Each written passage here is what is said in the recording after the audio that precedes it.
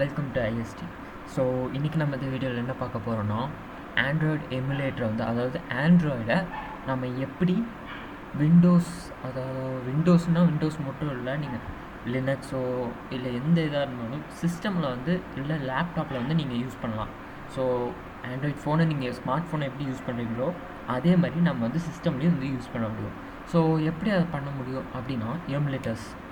So எமுலேட்டர்ஸை வந்து இன்னொரு இதாக வந்து சொல்லுவாங்க, என்னென்னா விர்ச்சுவல் பாக்ஸ்ன்னு சொல்லுவாங்க. ஸோ விர்ச்சுவல் பாக்ஸ்னால் உங்களுக்கு ஒராக்கிள் விர்ச்சுவல் பாக்ஸ் தெரியும். So oracle VM virtual box. So இந்த மாதிரி தான் இந்த எமுலேட்டரும். ஸோ இதே ஒராக்கிள் மாதிரியே இது கொஞ்சம் ஆண்ட்ராய்டுக்காகவே வந்து டிசைன் பண்ணது. ஸோ இந்த ஒராக்கிள் வந்து நம்ம என்ன ஆப்ரேட்டிங் சிஸ்டம் வேணால் ஈவன் ஆண்ட்ராய்டு கூட நம்மளும் போட்டுக்கலாம். ஆனால் வந்து யூஸ் பண்ணுறதுக்கு வந்து ஈஸியாக இருக்காது.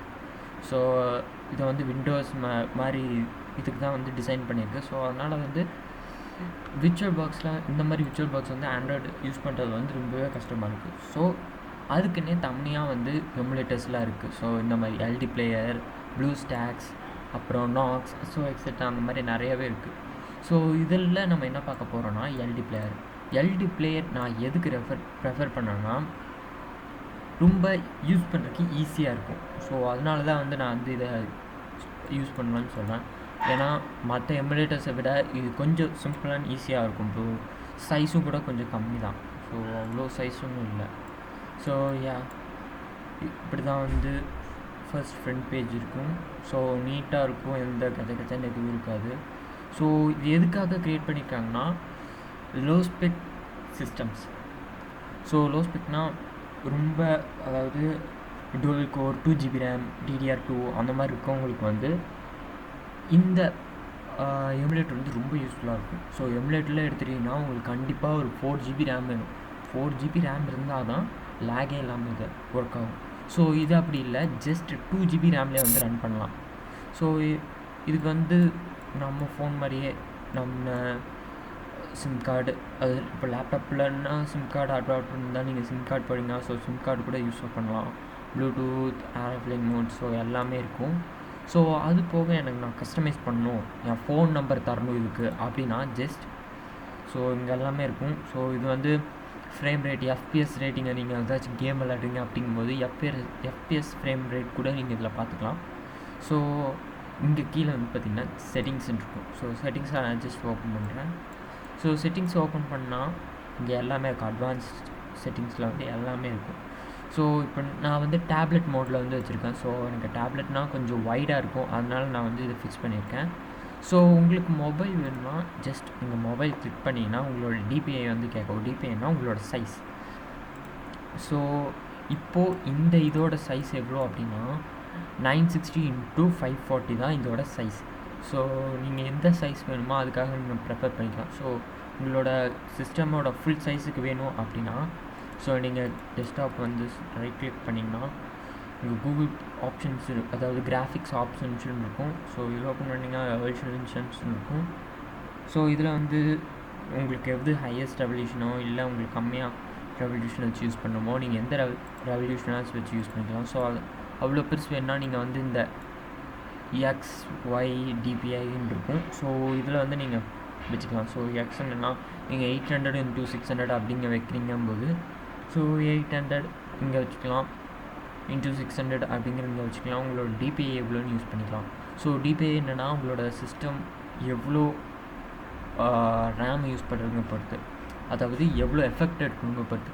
ஸோ 160 வந்து கொஞ்சம் ஒரு நார்மலான ரேட் தான். ஸோ இதிலே வந்து நீங்கள் வச்சுக்கலாம். ஸோ யூஸ்ஃபுல்லாக இருக்கும். ஸோ அடுத்து என்னென்னா CPU தனியாக வேறு இருக்கும். ஸோ CPU அப்படின்னா என்னென்னா, நம்ம ப்ராசஸர், அதாவது நீங்கள் i5 வச்சுருக்கீங்களோ, dual core வச்சுருக்கீங்களோ, i3, i7, i9 அப்படிங்கிற பொறுத்து வந்து உங்களோட கோர்ஸ் இருக்கும். எல்லாத்துக்குமே 4 கோர்ஸ் வந்து தந்திருப்பாங்க, எல்லா ப்ராசஸருக்குமே.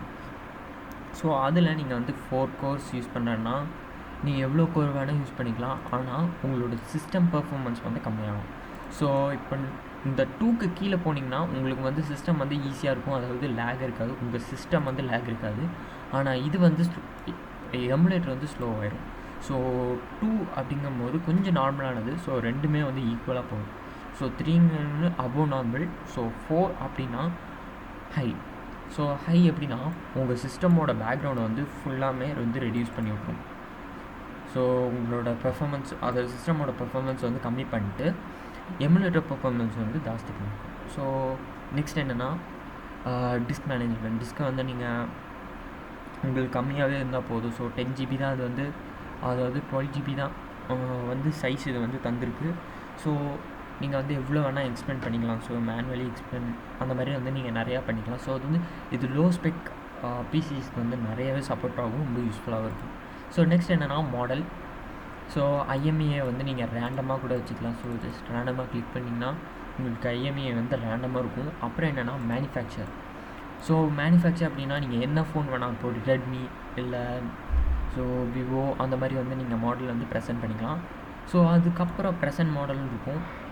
இதை பார்த்தீங்கன்னா உங்களுக்கு என்ன மாடல் வேணுமோ அதை வந்து நீங்கள் செலக்ட் பண்ணிக்கலாம். So Samsung Galaxy A90, so அந்த மாதிரி வந்து நிறையாவே வச்சுக்கலாம். அதுக்கப்புறம் உங்களோட ஃபோன் நம்பர் கூட இங்கே நீங்கள் தந்துடலாம்.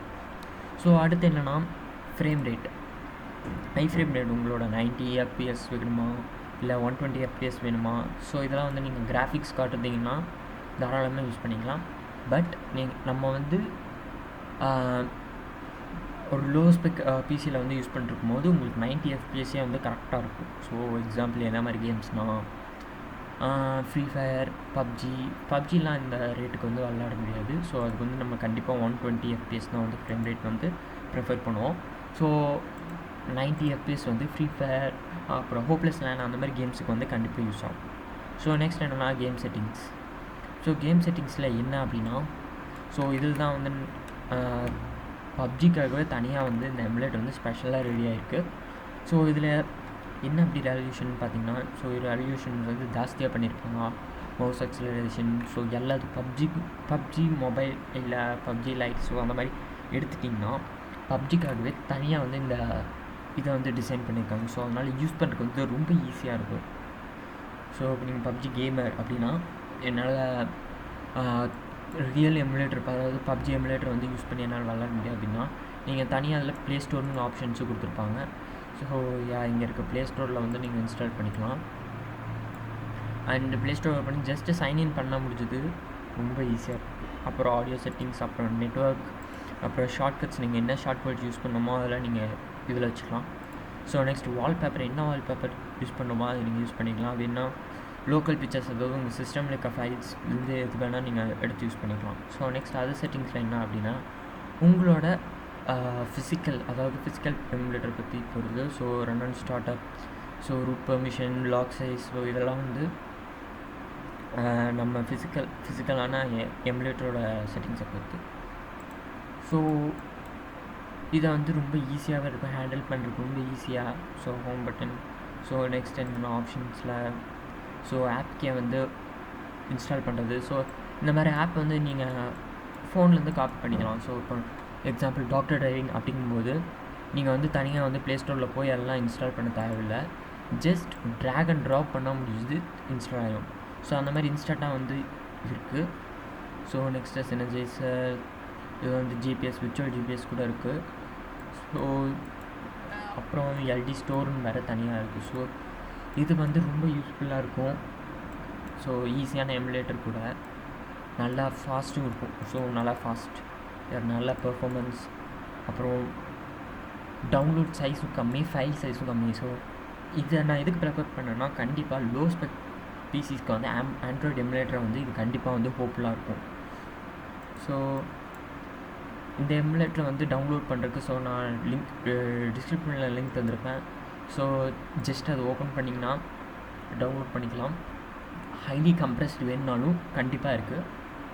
அதுவும் நான் வந்து என்னோடய ப்ளாகில் போஸ்ட் பண்ணியிருப்பேன். ஸோ என்னோடய ப்ளாகோட அட்ரஸை வந்து நான் டிஸ்கிரிப்ஷனில் தந்திருப்பேன். ஸோ ஃப்ரெண்ட்ஸ், தேங்க்யூ ஃபார் வாட்சிங்.